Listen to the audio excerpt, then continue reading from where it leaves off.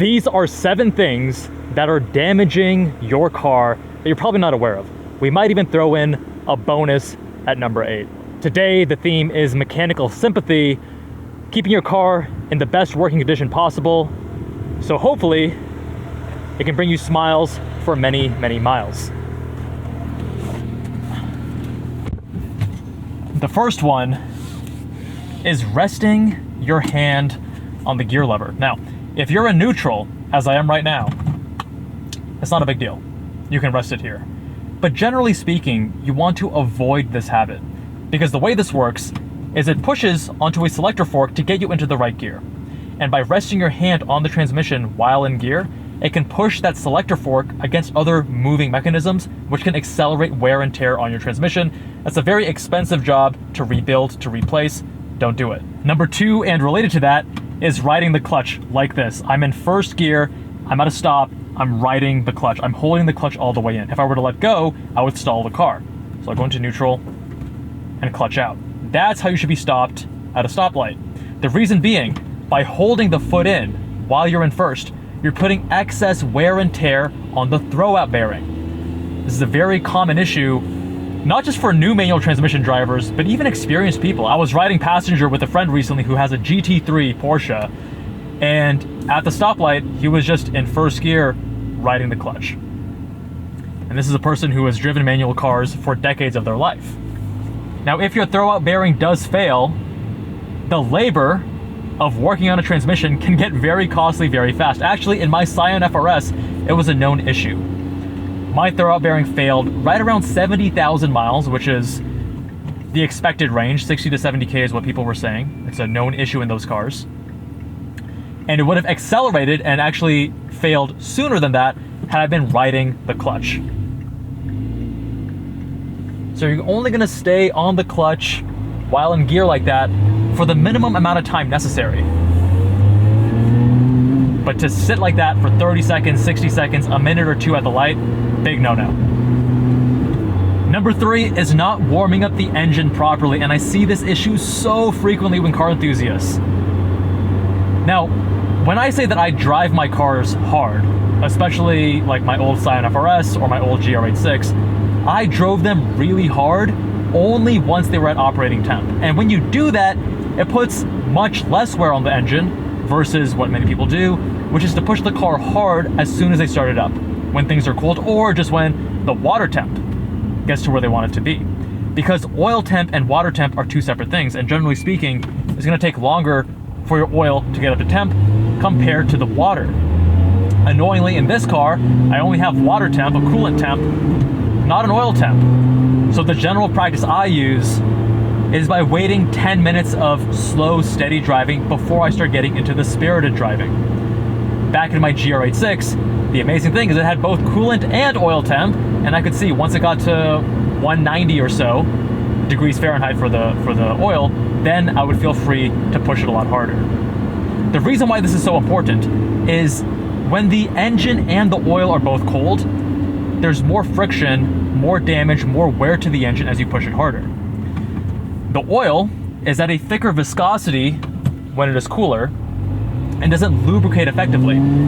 Similarly, the engine, the actual engine block, the metal, is not up to temp, and metal, like any other compound, is going to expand and contract as it warms and cools. Now, the way the engine is designed and the tolerances with the bearings and the oil and how it lubricates, those are all designed with the operating temperature in mind. Not when it's cold, the operating temperature. Therefore, when you are pushing it hard with a cold engine block and cold oil, you are unnecessarily accelerating wear.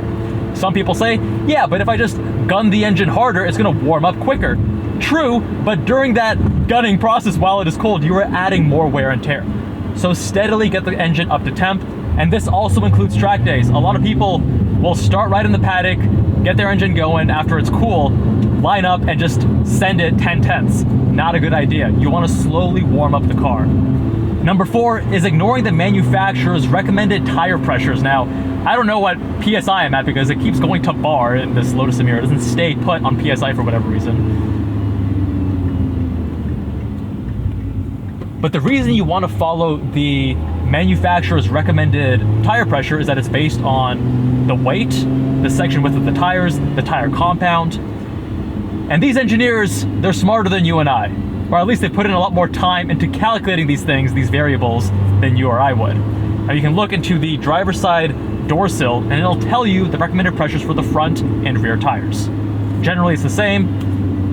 And again, this is based on factors that you're not going to sit down and calculate yourself. So trust them, because here's the thing. You may think, hey, I'm going to lower my tire pressures because I'll get more grip. The reason people lower their tire pressures when they go autocross or for track days is because when you're driving a car harder and getting more friction, that generates more heat, and that brings the tires up to temp, such that they are actually at the desired PSI. As an example, this car is on Cup 2 tires, and the temp that I'm shooting for is around 30 PSI, maybe even 28 before I start the track day. And as soon as I do the first session, it's already up around 35 to 37, where I want to be when it is warm. Now, the recommended tire pressure in this car is actually 35 PSI. And if I stray too far above or below that, I'm gonna have issues. If I go too far below, there's increased flexibility in the tire, and I'm gonna have higher rolling resistance. It's gonna kill my fuel economy.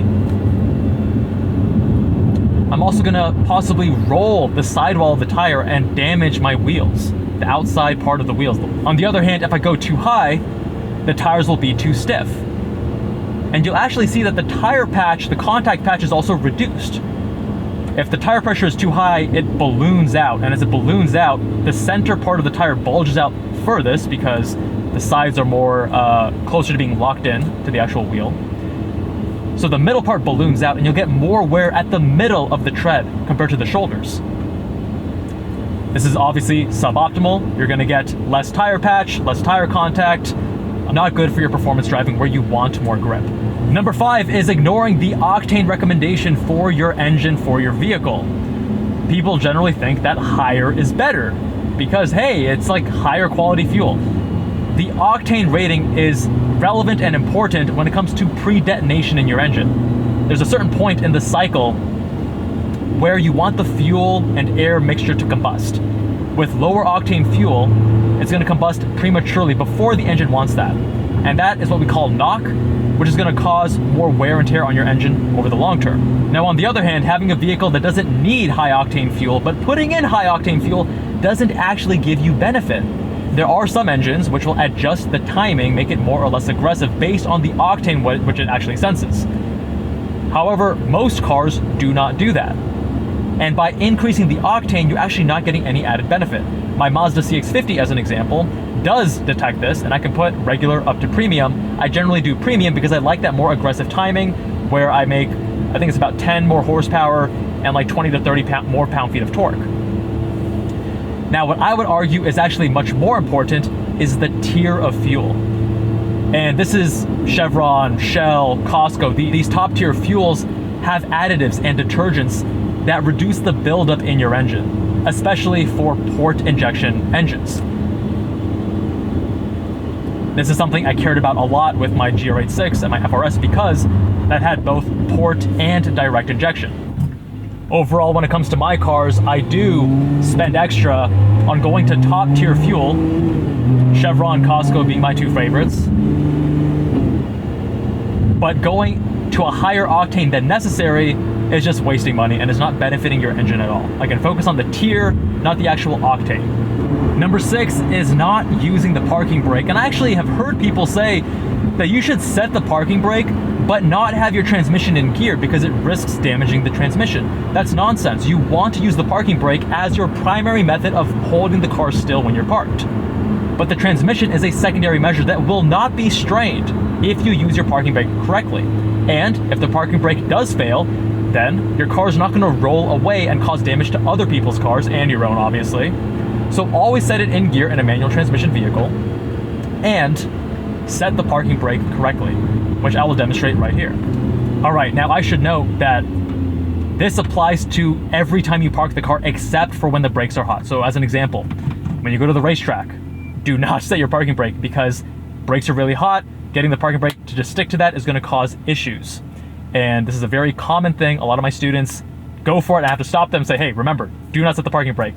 We do that before a session, after a session, because that is very important. In any other instance, you want to do that. Now, what you want to do is set the parking brake first, let go of the brake, and then put the transmission in gear.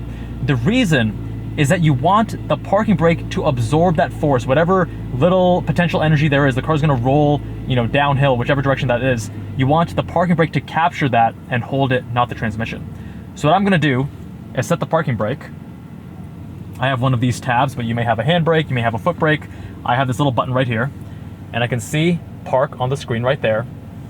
I'm gonna let go of the brake, put it into first, and turn off the car.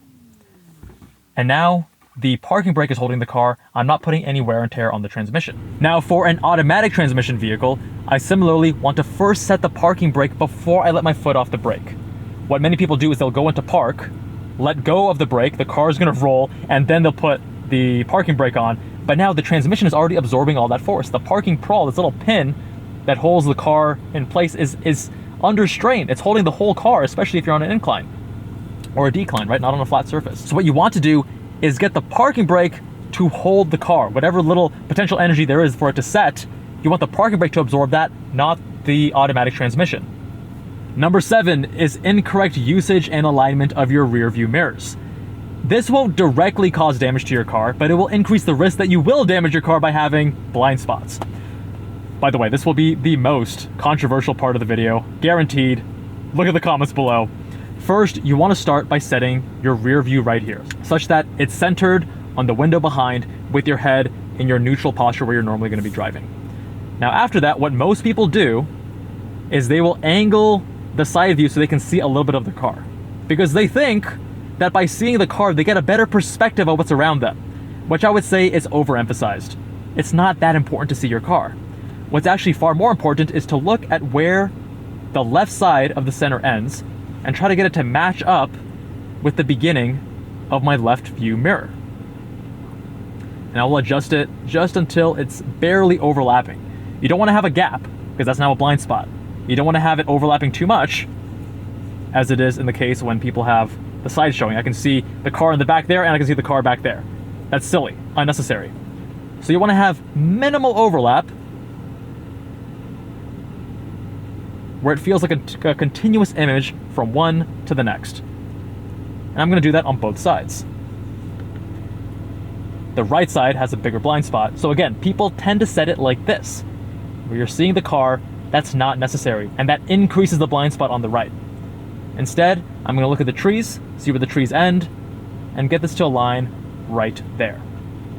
This is so important because otherwise you are increasing your blind spots and increasing the risk of getting in an accident. People will sometimes get these convex mirrors, these fisheye mirrors on the side views, because they want to see more of their blind spot. I have never ever felt the need to place one on my vehicles simply because I set my side view and my rear views correctly. And the last one, this is the bonus, number 8, is not keeping enough distance to the car in front of you. This will absolutely damage your car. The most obvious, most catastrophic thing would be if you're following too close behind, you're not going to have enough time to stop or avoid an obstacle because you can't see far enough. However, even if there is a pothole or something on the road that you need to avoid last second, by following too closely, especially on the highway, where people tend to do this, the worst offenders there, you will cause damage to your vehicle. You will hit something like a pothole, crack your wheel, flatten a tire. It'll be expensive. You want to avoid it. Now, a good rule of thumb here is to keep around 3 seconds to the car in front. Now remember, it's the amount of time, not the distance. So when you're going slower, 3 seconds is closer. And when you're going faster, obviously 3 seconds is further. So when you're on the highway, 3 seconds is a lot further than right now going 40 miles an hour, which is going to be almost half the distance. With adverse conditions, inclement weather, we're talking rain, snow, fog, things like that, you want to increase that distance further. The number of times people are just plowing through at 80 miles an hour in the fog is bananas to me. And they end up getting into these terrible wrecks, unsurprisingly. But you just have to use a little bit of foresight, and it makes sense why you don't want to do that. The other thing this makes me think of is how people who go on the racetrack, they do track days, or even with some autocross experience, they're so much safer. And that's not just about knowing how to control a car at the limit. It teaches you to look further ahead. People, when they're right behind another car, they glue their eyes to just that bumper of the car in front. And whatever that car does informs them of what they need to do. But good drivers look far, far ahead. They'll be looking at the cars in front of that car. Are they slowing down? Are there any obstacles on the road? Is any lane closing up ahead? And they will react far in advance. You'll see these drivers, as an example, slowing down before the car in front's brake lights even go on, because they're seeing far ahead there's a big traffic jam. But we'll discuss how doing track days makes you a safer driver in another video.